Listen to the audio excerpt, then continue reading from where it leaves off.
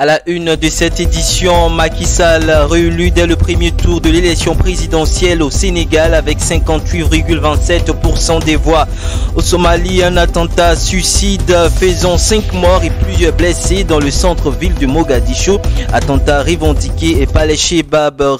Merci de nous rejoindre sur First TV Africa. Bienvenue dans ce First News. Au Sénégal, le président Macky Sall a été réélu au premier tour selon les résultats provisoires proclamés donc par la Commission nationale des recensements de vote. Ces chiffres doivent encore être validés par le Conseil constitutionnel. Les 4 autres candidats ont annoncé ne pas vouloir donc déposer de recours devant le Conseil constitutionnel. On suit ensemble un extrait de la proclamation donc des résultats. Je m'en vais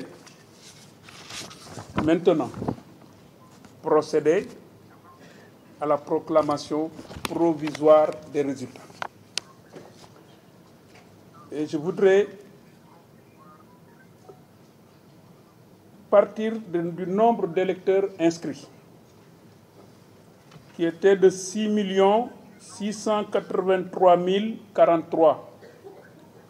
Nombre de votants, 4 426 344. Nombre de bulletins nuls, 42 465. Nombre de suffrages valablement exprimés, 4 383 879. Répartis comme suit.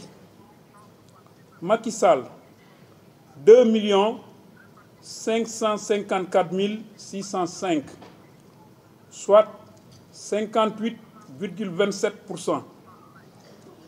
Idrissa Seck, 898 674, soit 20,50%. Ousmane Sonko, 687 065, soit 15,67%. Madické Niang, 65 002, soit 1,48%. El Hadji Sall, 178 553, 533, 178 533, soit 4,07%. Macky Sall réélu donc à la tête du Sénégal avec 58,27% des voix, un homme politique qui a fait donc ses débuts aux côtés de l'ex-président Abdoulaye Wade. Mais qui est Macky Sall? Retour sur le parcours du chef de l'État sénégalais. Malgré son tempérament discret, Macky Sall a créé la surprise au printemps 2012 en prenant les rênes du Sénégal. Je jure de remplir fidèlement la charge de président de la République du Sénégal. À son élection en 2012, ce géologue de formation, issu d'une famille rurale et modeste, a déjà été ministre des Mines et de l'Énergie, ministre de l'Intérieur, président de l'Assemblée nationale et même Premier ministre. Une ascension politique dans l'ombre de son mentor, Abdoulaye Wade, président du Sénégal de 2000 à 2012. Mais la rupture survient en 2007, lorsque Macky Sall demande à Karim Wade, le fils du président, de s'expliquer sur la gestion d'une agence gouvernementale qu'il préside. Macky Sall est alors progressivement écarté du pouvoir. En 2008, il fonde son propre parti, l'Alliance pour la République, et sillonne le pays à la recherche de ses propres électeurs en accusant son prédécesseur de mauvaise gouvernance. En 2012 comme en 2019, il fonde sa campagne présidentielle sur le développement économique et social du Sénégal. Pour la poursuite du plan Sénégal émergent, afin que la jeunesse trouve de l'emploi davantage, que les femmes soient entreprenantes avec tout l'accompagnement nécessaire. Après 7 ans au pouvoir, le 4e chef d'État du Sénégal ne représente plus le renouveau politique qu'il incarnait en 2012 aux côtés du large mouvement d'opposition anti-Wade. Alors, dans ce journal également, la réaction donc de Monsieur Lo, il est le représentant donc du parti PASTEF, le parti donc de Monsieur Ousmane Sonko. Alors, bonjour Monsieur Lo, merci de nous rejoindre. Bonjour, Africa. D'accord. Alors, comment réagissez-vous comment réagissez-vous donc suite à la réélection de Monsieur Macky Sall après donc l'annonce qui a été faite hier? Bon, comme vous le savez, la fois dernière que j'étais dans votre antenne, c'est ce que je vous avais dit. Le Sénégal est un grand pays dont la population est une population euh, euh, quand les résultats sortent, nous obligent à se plier aux décisions sénégalaises. Même si nous jugeons de part et d'autre qu'il y a eu des fraudes et une irrégularité du système, mais néanmoins essentiel.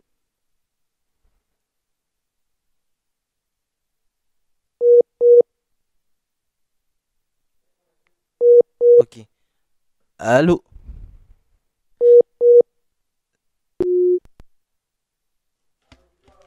Ok, alors une autre Allô, vous question, m'entendez? comment est perçu aujourd'hui, Monsieur Lo, le candidat Ousmane Sonko avec ce score historique qu'il a Allô? fait 15,67% des voix, étant donné que c'est le plus jeune Allô? de ces 5 candidats.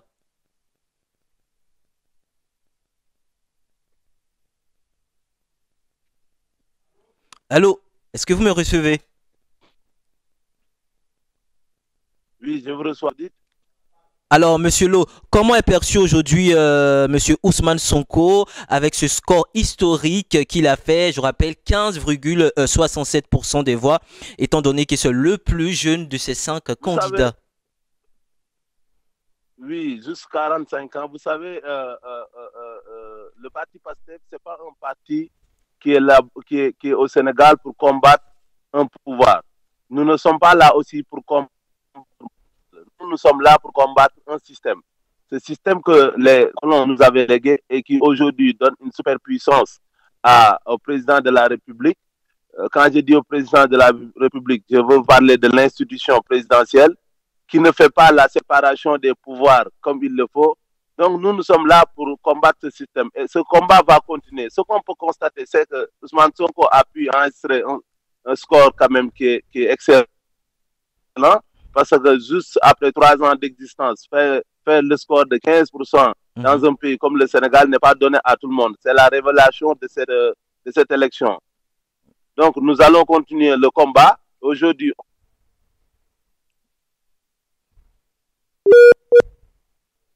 D'accord. la sensibilisation va continuer.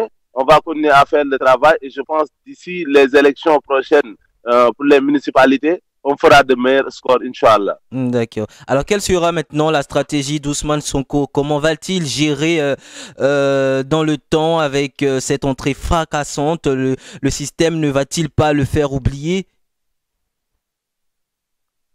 Non, pas du tout. Aujourd'hui, nous qui sommes des intellectuels dans le parti PASTEF, on a déjà quand même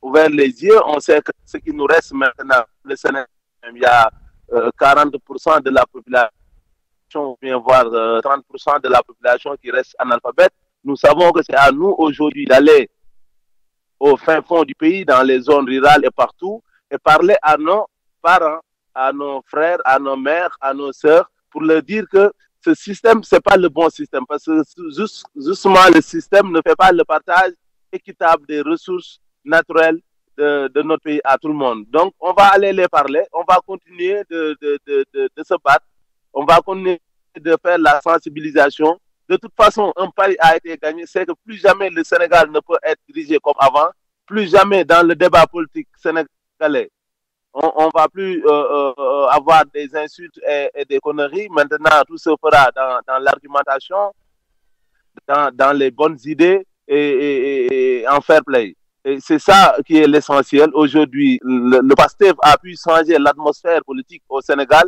Donc, plus personne ne ni faire oublier Sonko. Ça c'est fini. Ousmane Sonko est la révélation du Sénégal disons, de ces 20 dernières années. Donc, politiquement, Sonko est là et il restera là. Et nous, on va continuer de se battre pour que cet score qu'on a soit multiplié par 2. Parce que je vous dis quelque chose, les élections législatives passées, juste il y a 2 ans, on n'avait que 37 000 voix. 37 000 voix, je dis bien. Ces élections-là, on a 100 et quelques mille voix. Donc, imaginez de 37 000 voix. Si on continue dans la même logique, les prochaines élections, on sera à 3 millions de voix. Et c'est ça le combat aujourd'hui. Notre objectif, c'est ça. D'accord. Alors, ce que nous pouvons donc retenir, c'est que l'opposition accepte donc le résultat des urnes. Vous acceptez le résultat des urnes aujourd'hui?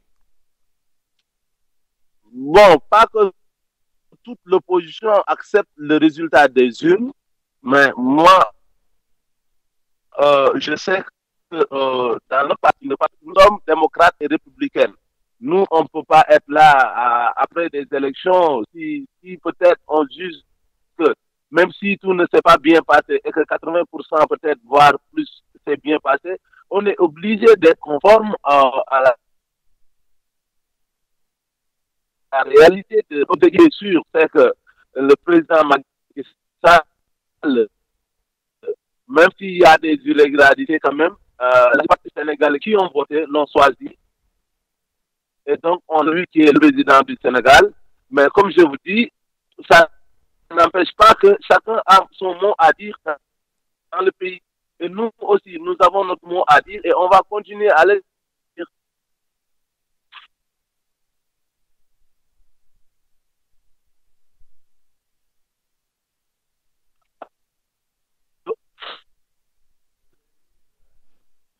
Allô?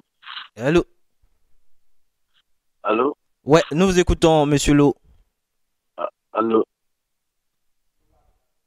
Allô, Ouais, Monsieur Lo, nous cependant, vous je écoutons. reste prudent quand même parce que notre représentant a quelques réserves qu'il a fait. Nous attendons d'avoir d'amples informations sur ces réserves qu'il a fait. Mais ce qui est sûr, pour l'instant, on tient compte juste du fait que ce qui est sorti des PV, D'accord. le président Macky Sall a remporté la victoire pendant que notre père puisse être élevé. D'accord. Ok, merci Monsieur Lo. Je rappelle que vous êtes le représentant donc du parti de Monsieur Ousmane Sonko, le parti PASTEF. Merci donc pour votre Merci à vous. intervention. Merci beaucoup. En Somalie, un attentat à la voiture piégée fait au moins 5 morts et 25 blessés, dont l'explosion d'une voiture près d'un grand hôtel du centre de Mogadiscio. Attentat suicide revendiqué par les Chebab. Plusieurs personnes tuées et des dizaines d'autres blessées dans un attentat à la voiture piégée près d'un hôtel dans le centre de Mogadiscio, la capitale somalienne, d'après des sources humanitaires.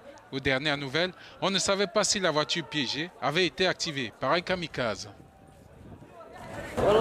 Pendant que je conduisais mon pouce-pouce sur cette route, j'ai vu beaucoup de gens s'enfuir et une grande explosion survenue peu de temps après. Je jure devant Allah que je ne peux pas exprimer à quel point j'étais anxieux. Je suis l'un des conducteurs de pouce-pouce de la ville et je conduisais dans cette rue. J'ai immédiatement vu une voiture de luxe se diriger vers l'hôtel et l'explosion a secoué toute la zone. Des témoins ont déclaré qu'il y a eu une deuxième explosion dans la même zone quelques minutes plus tard, mais ils n'étaient pas certains de son origine. L'attaque n'a pas été revendiquée immédiatement, mais Mogadiscio est généralement la cible d'attaque des Chebab liés à Al-Qaïda. L'Algérie se prépare à de nouvelles manifestations à partir donc du 1er mars pour protester donc contre la candidature du président Abdelaziz Bouteflika, âgé de presque 82 ans. Les Algériens sont de nouveau appelés à manifester dans plusieurs grandes villes d'Algérie. Comme vendredi dernier, les appels se sont multipliés sur les réseaux sociaux. Ce mouvement mené par les jeunes a été rejoint ces derniers jours par quasiment tous les partis d'opposition qui dénoncent, comme les manifestants, la candidature d'Abdelaziz Bouteflika pour un 5e mandat à la tête du pays. Les jeunes Algériens qui dénoncent un 5e mandat espèrent réunir encore plus de monde que vendredi dernier, fait entendre dans toutes les grandes villes du pays les mêmes slogans appelant à un renouveau de la tête du pays. Les manifestants souhaitent le départ d'Abdelaziz Bouteflika et la fin d'un système qu'ils jugent corrompu, autoritaire et incapable de relancer l'économie algérienne. Depuis la semaine dernière, presque tous les partis d'opposition ont rejoint le mouvement. Les étudiants se sont également mobilisés cette semaine, tout comme les journalistes, notamment des médias publics, pour dénoncer la censure et la pression dont ils font l'objet. Hasard du calendrier, alors que les contestations prennent de l'ampleur en Algérie, que la perspective d'un 5e mandat du président est de plus en plus critiquée, l'on apprend que Abdelaziz Bouteflika a quitté Alger pour Genève pour y être soigné. Le régime a tenté de faire passer des messages ces derniers jours. Le Premier ministre a annoncé que le chef de l'État déposerait bien sa candidature dimanche, date limite pour le faire. Le chef d'état-major a de son côté dénoncé des appels à manifester qui poussent les Algériens vers l'inconnu. Âgé de 92 ans, Abdelaziz Bouteflika au pouvoir depuis 1999. Le candidat malheureux à la présidentielle en République démocratique du Congo, Martin Fayulu, qui accuse donc la commission électorale d'avoir fabriqué des résultats donnant Félix Tshisekedi vainqueur, a proposé selon lui un plan pour parvenir donc à la vérité d'Erzune. On suit ensemble cet élément. Martin Fayulu est loin d'avoir mis une croix sur la présidentielle du 30 décembre en République démocratique du Congo, malgré l'entrée en fonction de Félix Tshisekedi ainsi que sa reconnaissance par la communauté internationale. Le candidat de la coalition Lamoka ne décolère pas. Celui qui se considère toujours comme le vrai vainqueur de cette élection propose désormais un plan pour, dit-il, parvenir à la vérité des urnes. Il s'agit, selon l'opposant, de créer un comité spécial des Nations Unies pour la vérification des résultats. Dans ce scénario, Fayulu demande à la commission électorale de communiquer les résultats bureau de vote par bureau de vote, ainsi que des procès-verbaux des centres locaux de compilation des résultats. À défaut, il propose tout simplement la tenue d'une nouvelle élection dans un délai de 6 mois.